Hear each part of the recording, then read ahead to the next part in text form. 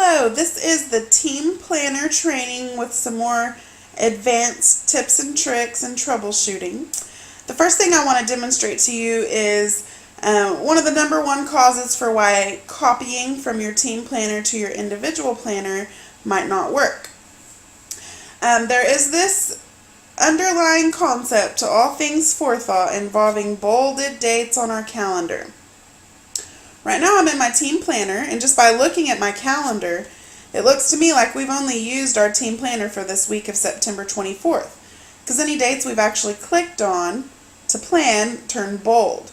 So I know that the dates that are not bold, I haven't actually planned. I want to give you a little background information to help you understand this demonstration.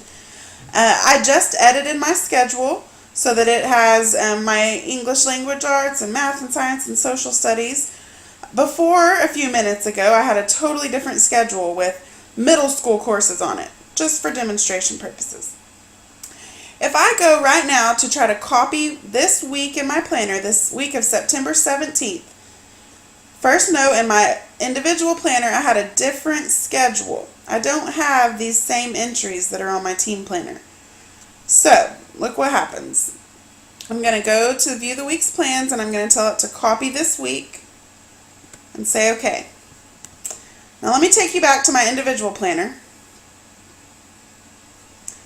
I see nothing here about English Language Arts grade 1. I don't see anything first grade here. Nothing copied. So my first thought is that this program is broken. So I want you to understand why this doesn't mean it's broken. When I copy from my team planner, it will send all the entries I have the same in my planner only. So in my team planner, I have first grade English, first grade math, first grade science. I have to have those entries in my own planner so that these have somewhere to copy. So what happens sometimes when we edit our schedules is we might have dates that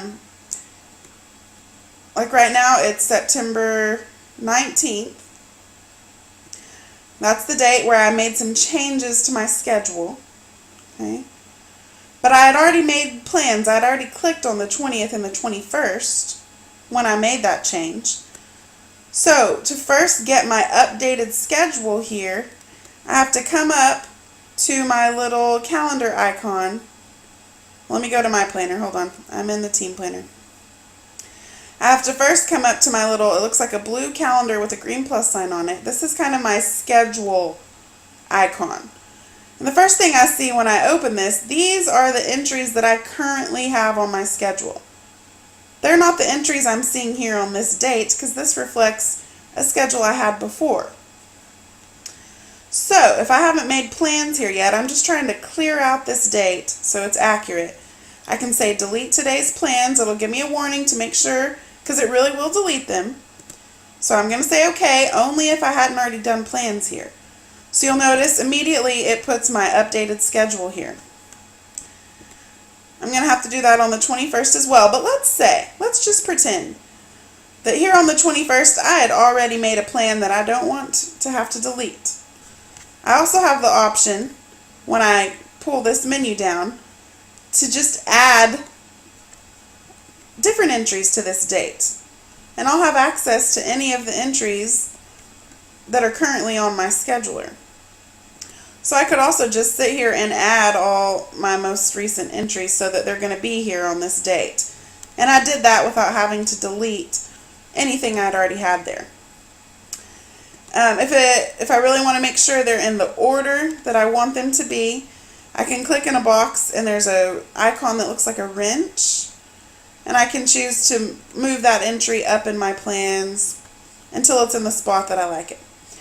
So, moral of this story is, if you ever go to copy from your team planner and you go back to your individual planner and you don't see it, the first question you need to ask yourself is, on this date that I tried to copy, do I see my most recent schedule? Do I see those entries that are on my team planner? Because I know that when I copy from my team planner, it will only give me the lessons in the entries that I have on my individual planner. So if I were to copy a week right now, it would send that reading lesson because that's on my team planner. It would send that next ELA lesson because that's on my team planner. My science grade 8 would stay empty because I don't have a science grade 8 on my team planner. So again, it's only going to match up those entries that are in both my individual and team planner.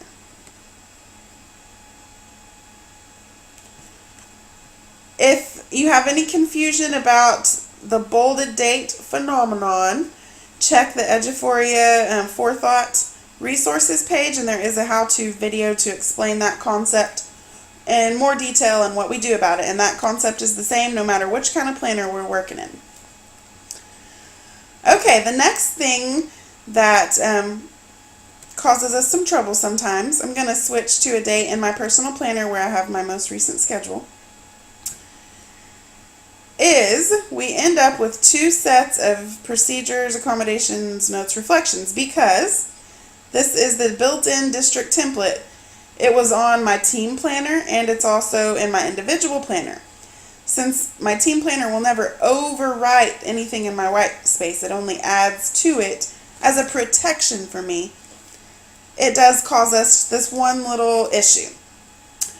So what I'm about to show you, you may only do this if you exclusively use your team planner. If you make your own plans in your individual planner most of the time, you won't want to do what I'm about to show you. First of all, I can always just delete this extra set. While it is annoying, I can do that. I could also just leave it there. No one's going to care if they see 2 sets of those. Or, in the entries that I plan as a team, so like my reading workshop, I always plan that with my team. I can delete this text here so that all I have is white space, and I want to make sure I get rid of all the white space there. I can come up to my wrench icon and say set as default text for entry. What will happen is now this entry is just going to be blank. It won't say procedures, accommodations, notes, and reflections in my individual planner. That's where I am right now. I'm on September 24th. My team planner, it's warning me I left my page without making sure it was saved. Now it's automatically saved, so I'm good. Okay, I'm going to go to my team planner, and I'm just going to show you what happens now. And for this purpose, I'm just going to copy just this one entry. I'm going to send it to the 24th to my reading workshop time. On my team planner, I still have my district template here. Therefore, my individual planner now carried everything from my team planner, but since I had removed those labels from my individual planner and set that as my default text, I now don't have to end up with 2 of them. I would have to do that for each entry that I use my team planner for.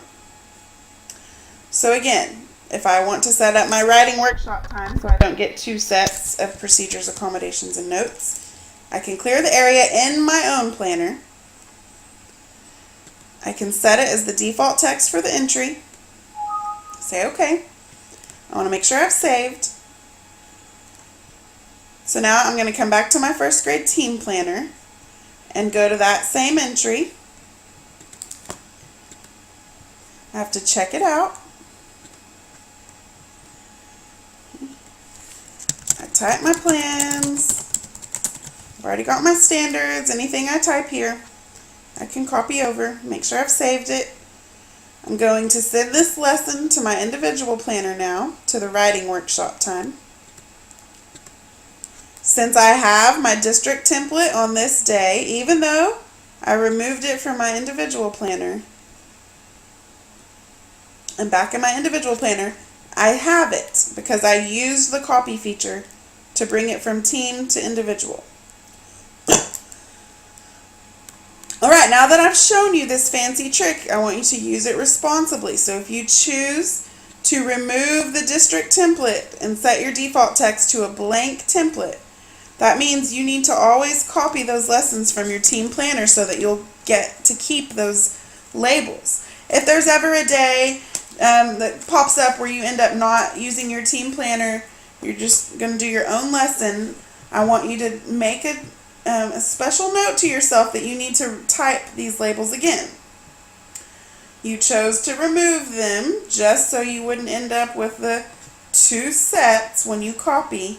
But if ever you're planning a lesson without copying from your team planner, you'll have to just go ahead and type procedures, accommodations, modifications, extensions, notes, reflections, because we always want to see those elements in our plans. Okay, another reason why sometimes we copy from our team planner to our individual but nothing happens deals again with this bolded date phenomenon, kind of in a different way. Whenever I click on a date, the terminology used by Eduphoria is it stamps that date with the schedule I have at that time. Okay. So right now, October 4th has nothing on it. Once I click it, it stamps it with my schedule. Okay, so now it knows that on October 4th I have these entries. Right now, the system looks at October 5th and says there's nothing. I have to click it first to stamp it.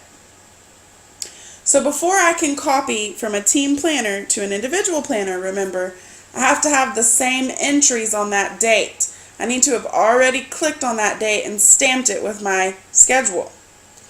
Otherwise, it tries to send from October 5th in the team planner to a big blank day in my individual planner, and it doesn't know what to do with that.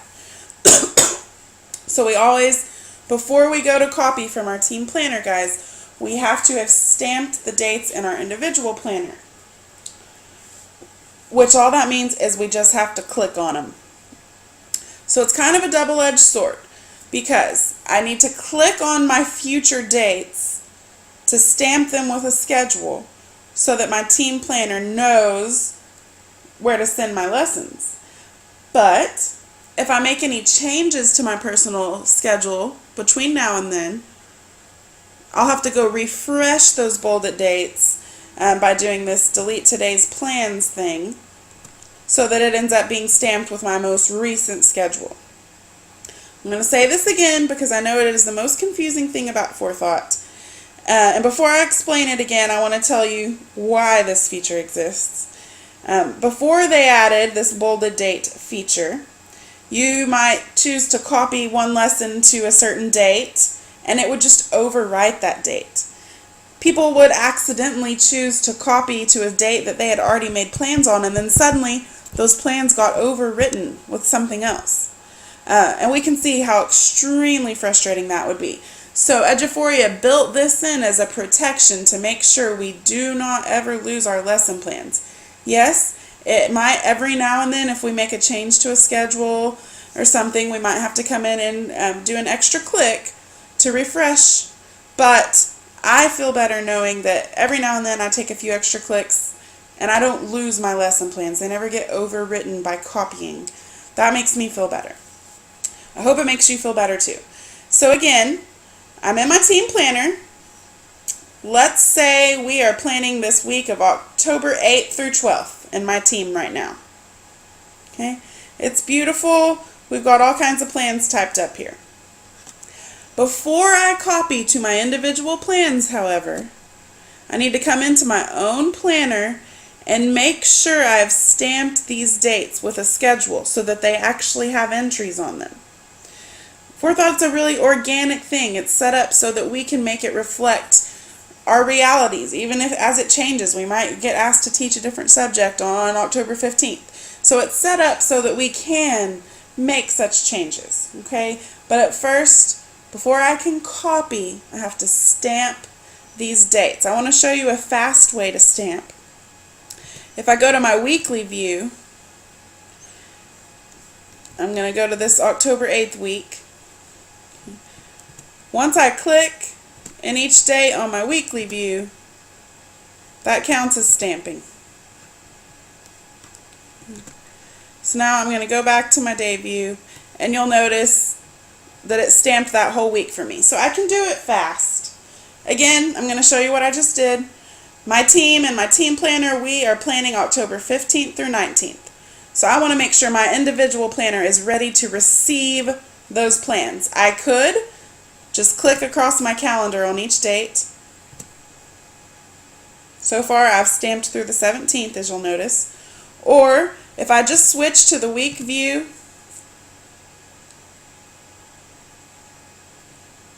and give it a chance to get there, and then just kind of click in each box. Once I go back to my daily view, I'll notice that the whole week turned bold, which means the whole week got stamped with my schedule. For demonstration's sake, let's say on the 15th I decide to go in and update my schedule somehow. So now the 16th through the 19th, I've stamped it with a schedule that is old. So I'll have to come in and say delete today's plans to update it. I'm going to actually show you this in action now, while I simultaneously show you another fun feature. Alright, if you notice right now, I have something new here. It says Reading Workshop. My second ELA entry says Writing Workshop. Here's how I did that. The reason I did that is because I get confused when I'm in my team planner, since it wouldn't let me rename this course. I can't remember, was it the first one that's Reading Workshop, or is it the second one that's Reading Workshop? I can't remember. So what we can do in our team planners is we can add something to our white space here and set it so that it's always there. So first I'm going to check out this entry, let it refresh. Here it comes. I can type the word Reading Workshop. I could even make it red if I want it. I can come up here and say set as default text for entry. I clicked on this little icon that looks like a wrench. Set as default text for entry. Okay. I can save that entry. Come into my second instance of ELA Grade 1. Check it out. Let the screen refresh. I can come in and type Writing Workshop this time, just to keep me straight in my planner. Maybe I want to turn that red too. Who knows? I'm going to save that. I'm going to set that as my default text. Okay. So now, from now on, I can click on October 16th, and I still have Reading Workshop, Writing Workshop. I've adjusted what stays in this white space. It's going to be there from now until forever. Okay. Now, if I have any bolded dates in my future, just like when I'm dealing with a schedule change, if I have a bolded date already on the 18th, I'm going to have to refresh that to reflect my most recent changes, including any default text changes I've made. So again, to refresh a date, I simply choose delete today's plans, and that'll refresh it. So now if I type a lesson here, first I have to check it out. We have to train ourselves on that little button there. So I type a lesson here. I'm going to save it. I'm going to send it to my own planner on, let's say, October 12th.